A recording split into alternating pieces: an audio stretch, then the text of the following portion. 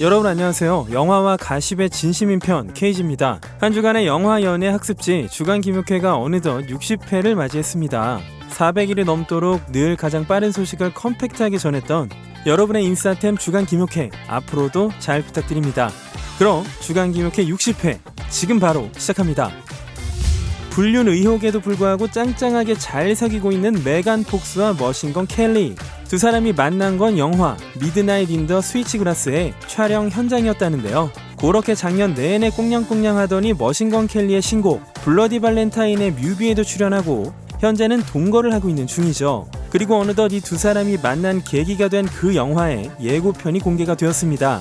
메간 폭스는 이 영화에서 FBI 요원을 연기하며 블랙탑과 미니스커트를 입고 호텔방에 몰래 들어가는데 거기에 머신건 켈리가 난입해서 메간이 아주 그냥 뚜까 패버리는 장면을 볼 수 있었는데요. 그 밖에도 브루스 윌리스, 에밀 허시, 루카스 하스 등 유명 배우들이 출연하고 있는 스릴러 영화입니다. 메간과 켈리는 얼마 전 로건 폴과 플로이드 메이웨더의 권투 경기를 보기도 했는데 여전히 러브라인은 건재한 것으로 보이고요. 메간 폭스는 전 남편과 3명의 자녀가 있는데 그 자녀들도 켈리를 좋아해서 종종 함께 만난다고 합니다. HBO 맥스가 얼마 전에 프렌즈 리유니언으로 화제를 모으더니 이젠 섹스앤더시티 후속작 소식이 슬슬 구체적으로 나오고 있습니다. 프렌즈처럼 쇼 방식으로 모이는 게 아니라 본격적인 드라마라는데 이름은 And Just Like That이라고 합니다. 주요 멤버인 미란다 역의 신시아 닉슨, 캐리 역의 사라 제시카 파커, 샬롯 역의 크리스틴 데이비스 등 3명을 주축으로 뉴욕에 사는 50대 여성들이 멋지게 인생을 걸어가는 모습이 그려진다네요. 얼마 전엔 마리오 칸톤의 데이비드 아이젠버그, 윌리 갓슨, 에반 핸들러 4명의 남성 캐스트들도 컴백을 발표했습니다. 지난달에는 그레이스 아나토미의 사라 라미레스의 출연도 결정이 돼서 섹스앤더시티의 팬들이 두근두근하고 있는데요. 최근에 팬데믹 현상도 이 드라마 스토리로 다루는 등 현실을 디테일하게 반영할 예정이라고 합니다. 과거 멤버 중에 한 명이었던 킴 캐트럴과의 불화설도 주간 김육회를 봐오셨다면 당연히 알고 계실 텐데요. 킴 캐트럴이 극장판 3편 제작 발표 이후 출연 거절을 하면서 3편 제작이 중단된 일이 있었고 나중에 킴이 출연을 거부했던 이유가 다른 배우 3명과 불화가 있어서라고 직접 밝히기도 했습니다. 다 잘 지내면 물론 좋겠지만 살다 보면 이런저런 일이 있기 마련이겠죠. 아무튼 드라마의 팬으로서 이들의 컴백 저도 기다려보겠습니다. 드라마 글리의 배우로 작년 불의의 사고로 33살의 나이에 세상을 떠난 배우 나야 리베라의 아버지 조지씨가 딸과의 마지막 영상통화에 대해 밝혀 화제가 되었습니다. 나야 리베라는 작년 7월 아들과 함께 캘리포니아의 한 호수에 놀러가서 보트를 타고 수영을 하던 도중 실종되었고 숨진 채 발견이 되었습니다. 당시에 나야와 페이스타임을 하던 아버지는 바람이 강하게 불고 있는 걸 감지했고 나야에게 배에서 절대 내리지 말거라, 물에 들어가는 순간 큰일 난다 라면서 계속 경고를 했었다고 합니다. 그러나 전화는 3분 후에 끊어졌고 사고가 일어나고 말았습니다. 조지 씨는 지금도 그저 가슴이 찢어지는 것 같고 1년이 지난 지금도 큰 가슴 통증을 느낀다며 매일 세상을 떠난 딸을 잃은 상실감에 비통한 나날들을 보내고 있다고 합니다. 나야의 아들은 사고 이후 나야의 전 남편과 나야의 여동생이 번갈아 가면서 돌보고 있다고 합니다. 얼마 전 디즈니의 실사판 인어공주에서 주인공 에리얼을 연기하는 할리 베일리의 모습이 이탈리아에서 포착되었습니다. 이 영화 역시 다른 영화들처럼 코시국 때문에 제작 지연이 아주 길었는데요. 얼마 전에 제작을 다시 시작하면서 정보가 조금씩 추가로 공개되는 중입니다. 이 영화의 감독은 메리 포핀스 리턴즈 등으로 알려진 론 마샬이고요.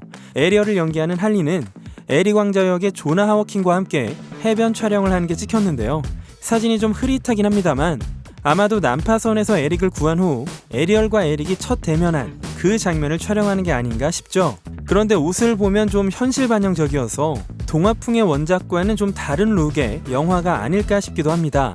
다들 아시겠지만 할리 베일리의 캐스팅을 두고 참 여러 말들이 있었죠. 오리지널 애니메이션판의 에리얼이 하얀 피부에 빨간 머리, 파란 눈인데 반해 아프리카계 미국인인 할리를 주인공으로 캐스팅한 걸 두고 일부 네티즌들이 불만의 목소리를 높여 남마의 에리얼, 내 에리얼 아님 이라는 해시태그가 만들어지는 사태가 있었습니다. 사실 할리 베일리는 2018년 그래미 신인상에 노미네이트된 자매 듀오 클로이 엑스 할리의 멤버입니다. 영화의 형태가 어떨지 구체적으로는 밝혀진 바가 없지만 영화 자체가 특유의 음악 실력이 요구되는 그런 스타일일지도 모르겠네요. 최근 전 여남친이 다시 만나 인생의 황금기를 보내고 있는 사과형과 제니퍼 로페즈. 이 두 사람의 로맨스를 벤의 전처인 제니퍼 관원은 어떻게 보고 있을까요? 다시 한번 빠르게 설명드리자면 벤은 제니퍼 로페즈와 헤어진 후 제니퍼 가너와 2003년 데어데블에서 함께 출연한 걸 계기로 사귀기 시작했는데요. 2005년에 결혼해서 두 딸과 아들 한 명을 낳았고 2015년에 사과형의 알코올과 갬블 때문에 헤어지고 2017년에 법적 이혼 신청을 합니다. 2018년엔 이혼 신청 중에도 불구하고 제니퍼 가너가 벤 애플렉의 재활 치료를 도왔고 결국 사람을 만들었죠. 아무튼 베니퍼 커플의 로맨스에 대해 제니퍼 가너의 최측근은 제니퍼 로페즈는 제니퍼 가너에게 확실히 보증을 받은 사람입니다. 제니퍼 가너는 벤의 있는 모습 그대로를 받아들였고 제니퍼 로페즈에게 적의도 없습니다. 벤 애플렉이 일적으로 궤도에 있고 특히 아이에 대해서 건전한 아빠 노릇만 잘해준다면 그걸로 만족한다네요 라고 말했습니다.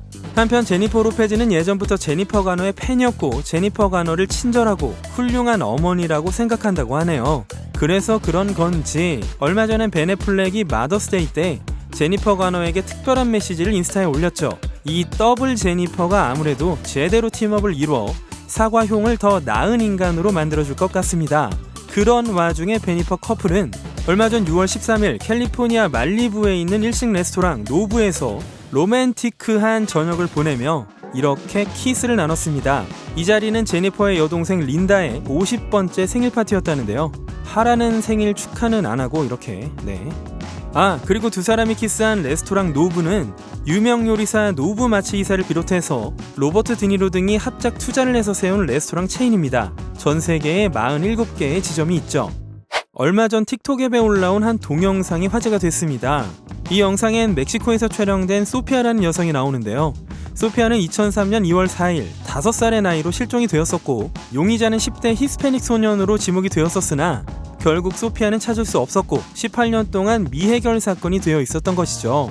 그녀의 말에 따르면 본인의 출신지도 모르고 한때 납치됐었고 자기가 전혀 어떤 사람인지도 모르고 나이도 22살 정도인 것 같긴 하지만 정확히 모르고 있으며 가족들이 날 데리러 오길 바란다. 난 납치돼서 여기에 있다. 라고 주장했습니다. 피플지에 따르면 경찰은 소피아가 있는 곳을 아직 찾지 못했고 그녀의 DNA 감정을 원하고 있다고 합니다. 그 이유는 가족들이 동영상 속의 여성이 소피아가 아니라고 진술을 했기 때문이랍니다. 가수이자 축구팀 맨시티의 광팬이자 독설가 노엘 갤러거, 그가 얼마 전 해리 왕자를 대차게 깠다는데요. 노엘은 더 선지를 통해 해리가 형 윌리엄을 포함한 왕실을 비난하는 것에 대해 해리 왕자는 전형적인 시사 문제에 대해 민감하게 반응하는 약삭 빠른 놈 같네요. 정말 바보 같은 녀석이죠. 가족욕은 절대 해선 안 돼요. 그럴 필요가 없다니까. 그리고 윌리엄이 안쓰럽구만. 리암처럼 쓸데없는 말을 주절주절 짓거리는 동생을 가지면 고생문이 훤해. 나도 마찬가지였거든. 이렇게 말했습니다. 여기서 말한 리암은 과거 오아시스의 전 보컬이자 노엘의 동생인데요. 과거에 두 형제가 박터지게 싸우고 2009년에 그룹이 해산됐죠. 해리 왕자와 메건의 결혼에 대해서는 미국인과의 엮이면 이렇게 된다니까 라고 대답했습니다. 이 형님은 여전하군요. 이번엔 지난주에 빅 이슈였던 카니에 웨스트의 추가 소식입니다. 카니에가 현재 이혼 조정 중인 전처 킴 카다시안과 카다시안가의 자매들을 트위터에서 언팔했다고 합니다. 카다시안가의 셋째 딸 클로이는 6월 8일에 이렇게 전 형부의 생일을 축하하는 트윗도 했는데 말이죠. 이 갑작스러운 언팔에 대해 합리적 의심을 해보자면 카니에가 언팔을 한 게 카다시안가의 소란스러운 썰럼 라이프의 최종회가 방송되고 있을 때였거든요. 여기서 킴은 카니에가 자신에게 적합하지 않은 이유에 대해서 말했는데요. 이 장면을 보고 카니에가 혹시 뒷받친 게 아닐까 싶습니다. 그리고 킴은 카니에와 이리나 샤크의 보도를 접했고 전혀 문제없고 괜찮다며 카니에가 행복하고 건강하기를 바라고 있다고 코멘트했습니다. 그리고 또 킴은 여전히 변호사가 되기 위한 공부에 몰두하고 있다고 합니다. 얼마 전 재개장한 디즈니랜드에 놀러간 스타가 누굴까요? 바로 빌리 아일리시가 되겠습니다. 빌리는 얼마 전 연인으로 짐작되는 매튜 타일러 보스와 캘리포니아 애너하임의 디즈니랜드에서 데이트하는 모습이 이렇게 찍혔습니다. 빌리의 남친 매튜는 LA를 거점으로 배우와 극작가로 활동하는 아직은 잘 알려지지 않은 경력 초기 단계라고 하는데요. 이 정도면 사귀는 게 맞다? 아니다? 넘어가시죠.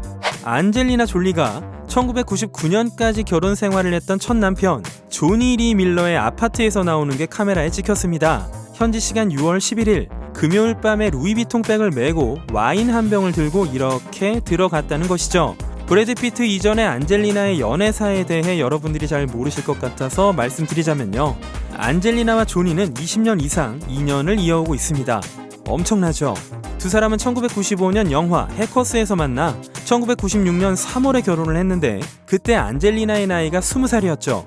그런데 1997년에 별거하고 1999년에 이혼을 신청했습니다. 그런 뒤에는 쭉 친구 관계를 유지했다는데요. 안젤리나는 공공연히 조니와의 결혼 생활을 끝낸 걸 후회하고 있다고 공언을 했었죠. 조니와 나는 한 번도 싸움을 한 적이 없고 서로를 해치지도 않았어요. 난 정말 그의 아내가 되고 싶었습니다. 라고 인터뷰한 바가 있었고 2004년에 어느 잡지 인터뷰에서는 조니와 이혼한 게 내가 지금까지 한 짓 중 가장 터무니없는 것이었다 라고 말했습니다.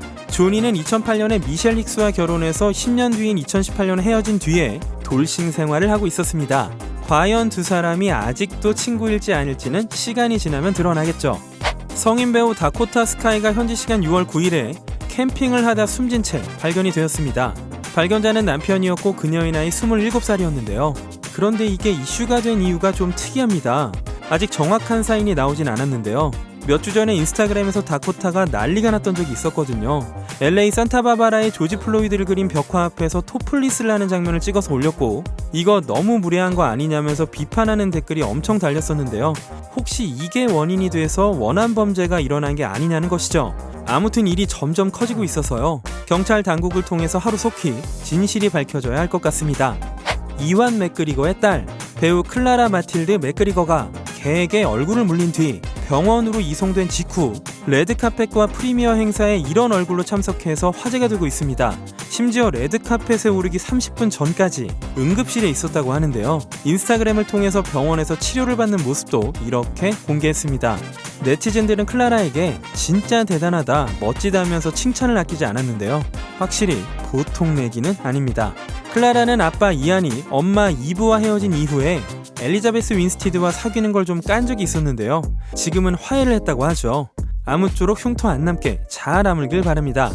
마고 로비가 당분간 인스타를 접겠다네요. 잠시 동안 SNS를 떠나겠다며 만약 우리가 뭘 하는지 관심이 있다면 럭키챕 엔터테인먼트를 체크해보세요 라고 썼네요. 럭키챕은 본인이 설립한 영화 제작사고요. 버즈 오브 프레이도 여기서 만들었습니다. 마고가 SNS를 잠시 떠나는 이유는 밝히지 않았지만 지금 영화 바빌론을 촬영 중이고 이후로도 몇 편의 영화 출연과 제작 일정이 밀려있어서 분주하다고 하네요. 인기 쩔었던 영화 악마는 프라다를 입는다 다들 기억하시죠? 이 영화가 나온 지 무려 14년이 지났다는 게 더 놀랍긴 하지만요. 그런데요, 이 영화가 후속편이라도 뽑고 있는지 슬슬 이 영화의 후일담을 공개하고 있습니다.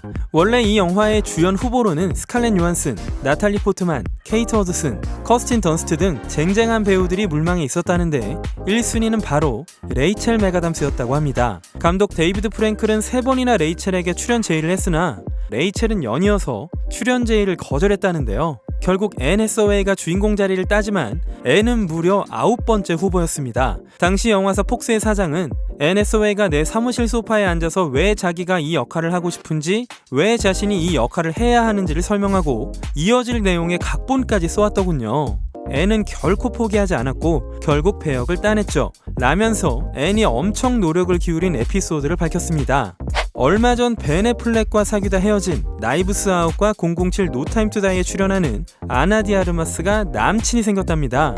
남친의 정체는 바로 데이트 앱 틴더의 부사장 폴 부카다키스입니다. 언론 기사에 따르면 아나는 이미 몇 달 전 벤 애플렉과 헤어진 직후부터 폴과 사귀기 시작했고 두 사람은 친구의 소개로 만났다고 하네요.